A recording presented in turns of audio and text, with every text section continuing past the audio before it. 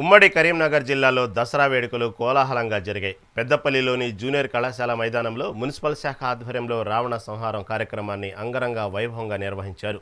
ఈ కార్యక్రమానికి ముఖ్య అతిథిగా విజయరమణారావు హాజరయ్యారు. ముందుగా జమ్మి చెట్టుకు పూజలు చేశారాయన. భారీ బాణసంచాతో ఏర్పాటు చేసిన 10 తలల రావణాసురుడి దిష్టిబొమ్మను దహనం చేసి ప్రజలతో కలిసి విజయదశమి ఆనందాన్ని పంచుకున్నారు.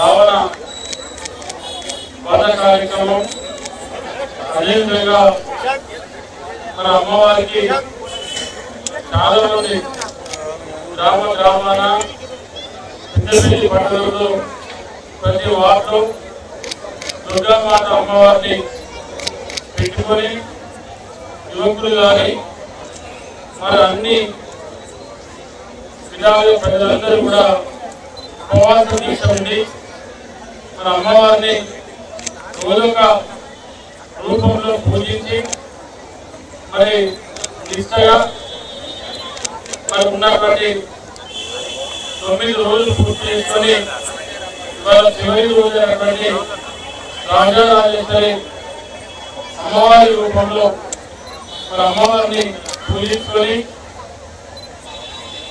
మరి దుర్గామాత అంటే ఒక పవర్ఫుల్ అమ్మవారు. వివిధ రూపాలలో మరి వివిధ రూపాలకు కూడా చరిత్ర ఉంది. ఎందుకంటే ఇది మన చరిత్ర చెప్పుకుంటే ఎంతసేపు అయినా కూడా ఇన్ని గంటలు చెప్పుకున్నాం.